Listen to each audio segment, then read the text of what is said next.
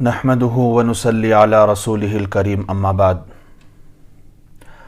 ایک سوال غیر مسلموں کی طرف سے عام طور پر ہوتا ہے، ان کی طرف سے ہوتا ہے تو ہوتا ہے، لیکن بعض ترقی یافتہ تعلیم یافتہ مسلمانوں کی طرف سے بھی یہ سوال بار بار سنا گیا ہے کہ کیا اسلام بزور شمشیر پھیلا؟ کیا اسلام تلوار کی طاقت سے پھیلا ہے، تلوار سے پھیلا ہے؟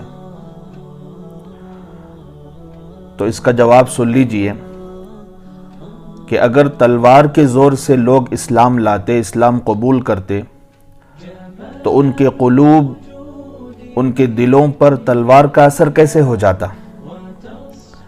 اور دل پر اثر ہو جانے کی دلیل یہ ہے کہ ان کے عادات، ان کی خصلتیں نہایت پاکیزہ اور شریعت مطہرہ کی تعلیم کے بالکل مطابق ہو گئے تھے۔ چنانچہ حضرت علی کرم اللہ وجہہ کی زراعت چوری ہو گئی تھی، ایک یہودی کے پاس ملی۔ حضرت علی رضی اللہ تعالیٰ عنہ نے اس کو دیکھ کر پہچان لیا اور فرمایا کہ یہ میری زرع ہے۔ یہودی نے انکار کر دیا اور کہا کہ گواہ لاؤ۔ اب یہاں دیکھیے کہ اللہ اکبر، کس قدر آپ نے اسلامی تعلیم کا نمونہ اپنے آپ کو بنا لیا تھا کہ جہاں رعایا کو، پبلک کو زبانی آزادی دی، بولنے کا اور اپنی بات رکھنے کا حق دیا تھا، ان کو آزادی دی تھی، عمل سے بھی دکھلا دیا کہ ایک یہودی رعایا کی یہ جرت ہے کہ وہ صاحب سلطنت خلیفۃ المسلمین امیر المومنین سے کہتا ہے کہ گواہ لے کر آؤ۔ حالانکہ یہود خود ایک ذلیل قوم تھی، جب سے انہوں نے حضرت موسیٰ علیہ السلام کے ساتھ سرکشی کی تھی، بغاوت کی تھی، اس وقت سے برابر ذلت و خواری ہی کی حالت میں رہے ہیں، اور اب بھی جہاں بھی ہیں ذلیل و خوار ہی ہیں۔ سچ کہا ہے کہنے والے نے، عزیزے کے از در گہش سر بتافت، بہر در کے شد ہیچ عزت نیافت۔ جس عزیز نے بھی اس کے آستانے سے منہ موڑا، وہ جس دروازے پر گیا تمام عزتوں سے منہ موڑا۔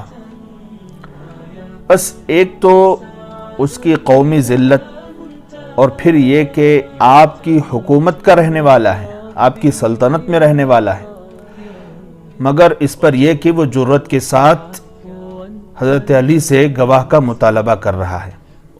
تو میرے بھائیوں، یہ ہے حقیقی آزادی، نہ وہ جو آج کل اختیار کی گئی ہے کہ دین سے نکل گئے، اللہ کو چھوڑ دیا، رسول اللہ کو چھوڑ دیا۔ آزادی یہ ہے کہ کسی صاحب حق کی زبان بند نہ کرے، کسی پر ظلم نہ کرے۔ حضور اقدس صلی اللہ علیہ وسلم کی یہ حالت تھی کہ ایک یہودی کا کچھ قرض آپ صلی اللہ علیہ وسلم کے ذمے تھا۔ ایک روز اس نے حضور صلی اللہ علیہ وسلم کی مسجد میں آ کر حضور صلی اللہ علیہ وسلم کی شان میں بے باکانہ کچھ الفاظ کہے۔ صحابہ اکرام نے ان کو دھمکایا۔ حضور صلی اللہ علیہ وسلم نے فرمایا، ان لصاحب الحق مقالہ، حق والے کو بولنے کا موقع ہوتا ہے، بولنے کی گنجائش ہوتی ہے۔ تو آزادی یہ ہے کہ حکومت میں رعایا کو، پبلک کو اتنا آزاد کر دیں کہ وہ اپنی بات بول سکے۔ چنانچہ حضرت علی رضی اللہ تعالیٰ عنہ نے اپنے عمل سے اتنا آزاد بنا دیا تھا کہ اس یہودی نے کہا کہ گواہ لاؤ یا نالش کرو۔ چنانچہ حضرت شریح رضی اللہ تعالیٰ عنہ کے یہاں جو اس وقت قاضی تھے اور حضرت عمر رضی اللہ تعالیٰ عنہ کے وقت سے اسی عہدہ جلیلہ پر چلے آ رہے تھے، اسی عہدے پر فائز تھے، جا کر نالش دائر کی، مقدمہ دائر کیا۔ دونوں مدعی اور مدعا علیہ بن کر مساوات کے ساتھ عدالت میں گئے۔ وقت کا امیر المومنین بھی عدالت میں جا رہا ہے اور ایک یہودی بھی عدالت میں جا رہا ہے۔ حضرت شریح رضی اللہ تعالیٰ عنہ نے موافق قید شریعت پوچھنا شروع کیا، یعنی شریعت کے قاعدے کے مطابق پوچھنا شروع کیا۔ یہ نہیں کہ امیر المومنین کے آنے پر ہلچل پڑ جائے اور واویلا مچ جائے۔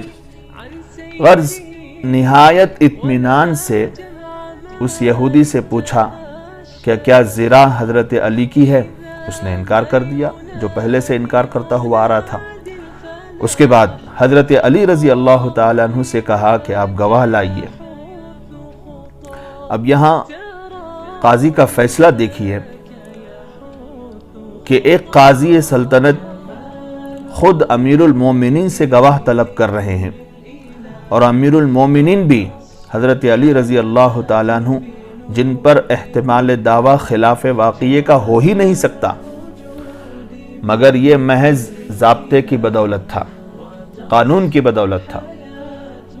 اللہ کی قسم، جن لوگوں نے تمدن سیکھا، اسلام سے سیکھا، اور پھر بھی اسلام کے برابر عمل نہ کر سکے۔ غرض حضرت علی رضی اللہ تعالیٰ عنہ دو گواہ لائے، ایک حضرت حسن رضی اللہ تعالیٰ عنہ جو آپ کے صاحبزادے تھے، اور ایک اپنا آزاد کردہ غلام جن کا نام قنبر تھا۔ حضرت شریح رضی اللہ تعالیٰ عنہ اور حضرت علی رضی اللہ تعالیٰ عنہ میں یہ مسئلہ مختلف ہی تھا کہ حضرت شریح رضی اللہ تعالیٰ عنہ بیٹے کی گواہی باپ کے حق میں جائز نہیں سمجھتے تھے، اور حضرت علی رضی اللہ تعالیٰ عنہ کے نزدیک بیٹے کی گواہی باپ کے حق میں جائز تھی۔ اس لیے حضرت علی رضی اللہ تعالیٰ عنہ نے حضرت حسن رضی اللہ تعالیٰ عنہ کو پیش کر دیا۔ آج علماء کے اختلاف پر لوگ علماء کو برا بھلا کہتے ہیں، حالانکہ اختلاف پہلے ہی سے چلا آ رہا ہے، مگر آج کل کی طرح علماء کو برا بھلا کہنا تو دور کی بات، لوگ اس کے بارے میں سوچتے بھی نہیں تھے۔ ایک دوسرے کی تکفیر، ایک دوسرے کی تذلیل نہیں کرتے تھے۔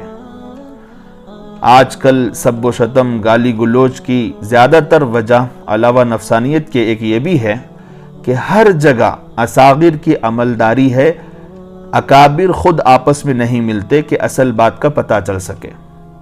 جس طرح چھوٹے کہہ دیتے ہیں اسی کو صحیح سمجھ لیا جاتا ہے، یہ نہیں کرتے کہ راوی کو یعنی بیان کرنے والے کو ڈانٹ دیں، اس کو سمجھائیں۔ غرض حضرت علی رضی اللہ تعالیٰ عنہ کا یہ مسلک تھا کہ بیٹے کی گواہی معتبر ہے، اور حضرت شریح رضی اللہ تعالیٰ عنہ اس کو مانتے نہیں تھے۔ حضرت شریح نے اپنے اجتہاد پر عمل کیا، اپنے مسئلے پر عمل کیا، اور حضرت حسن رضی اللہ تعالیٰ عنہ کی گواہی نہیں مانی، اور حضرت علی رضی اللہ تعالیٰ عنہ سے کہا کہ غلام چونکہ آزاد ہو چکا ہے، اس کی گواہی تو مقبول ہے، اس کی گواہی تو قبول ہے، مگر بجائے حضرت حسن کے کوئی اور گواہ لائیے، کیونکہ وہ آپ کے فرزند ہیں، ان کی گواہی ہمارے نزدیک معتبر نہیں ہے۔ حضرت علی رضی اللہ تعالیٰ عنہ نے کہا کہ اور تو کوئی گواہ نہیں ہے۔ آخر کار فیصلہ سنیے، آخر کار حضرت شریح نے حضرت علی رضی اللہ تعالیٰ عنہ کا جو وقت کے امیر المومنین ہیں اور انہی کی سلطنت اور حکومت میں یہ قاضی بنے بیٹھے ہیں حضرت شریح، حضرت علی کا دعویٰ خارج کر دیا۔ اگر آج کل کے معتقد ہوتے، محبت کرنے والے ہوتے، عشاق ہوتے، تو حضرت شریح سے لڑتے مرتے، لیکن حضرت شریح اور حضرت علی کرم اللہ وجہہ ان کی طرح مذہب فروش نہ تھے، وہ مذہب کے ہر امر پر، ہر حکم پر جان فدا کرتے تھے۔ اگر حضرت شریح رضی اللہ تعالیٰ عنہ سے پوچھا جاتا تو وہ قسم کھا کر کہہ سکتے تھے کہ حضرت علی رضی اللہ تعالیٰ عنہ سچے ہیں، لیکن چونکہ ضابطۂ شریعت اجازت نہیں دیتا تھا، قانون شریعت اجازت نہیں دیتا تھا، اس لیے آپ نے اپنی عقیدت پر، اپنی محبت پر کارروائی نہیں کی، فیصلہ نہیں کیا۔ آخرکار باہر آ کر یہودی نے دیکھا کہ ان پر تو ذرا بھی ناگواری کا اثر ظاہر نہ ہوا، باوجود یہ کہ آپ اسد اللہ ہیں، اللہ کے شیر ہیں، برسر حکومت ہیں، برسر اقتدار ہیں، تو کس چیز نے ان کو برہم نہیں کیا، ان کو غصہ نہیں دلایا؟ غور کر کے کہا کہ حقیقت میں اب مجھے معلوم ہوا، سنیے غور سے، یہ اس یہودی کا قول ہے جو یہ کہہ رہا ہے، حقیقت میں اب مجھے معلوم ہوا کہ آپ کا مذہب بالکل سچا ہے، یہ اثر اسی کا ہے، اسلام کا اثر ہے، لیجئے یہ آپ کی زرہ آپ کی خدمت میں، اور میں مسلمان ہوتا ہوں اور کہتا ہوں اشہد ان لا الہ الا اللہ و اشہد ان محمدًا عبدہ و رسولہ۔ اس کے بعد آپ نے فرمایا کہ میں نے یہ زرہ تجھی کو دی۔ غرض وہ یہودی مسلمان ہو گیا اور آپ ہی کے ساتھ رہا، حتیٰ کہ ایک اسلامی لڑائی میں شہید ہو گیا۔ اب بتلائیے، حضرت علی رضی اللہ تعالیٰ عنہ کی تلوار سر پر دیکھ کر مسلمان ہوا یا اس کو نیام میں دیکھ کر مسلمان ہوا؟ وتصفو الحياة بنور هدى وتطلع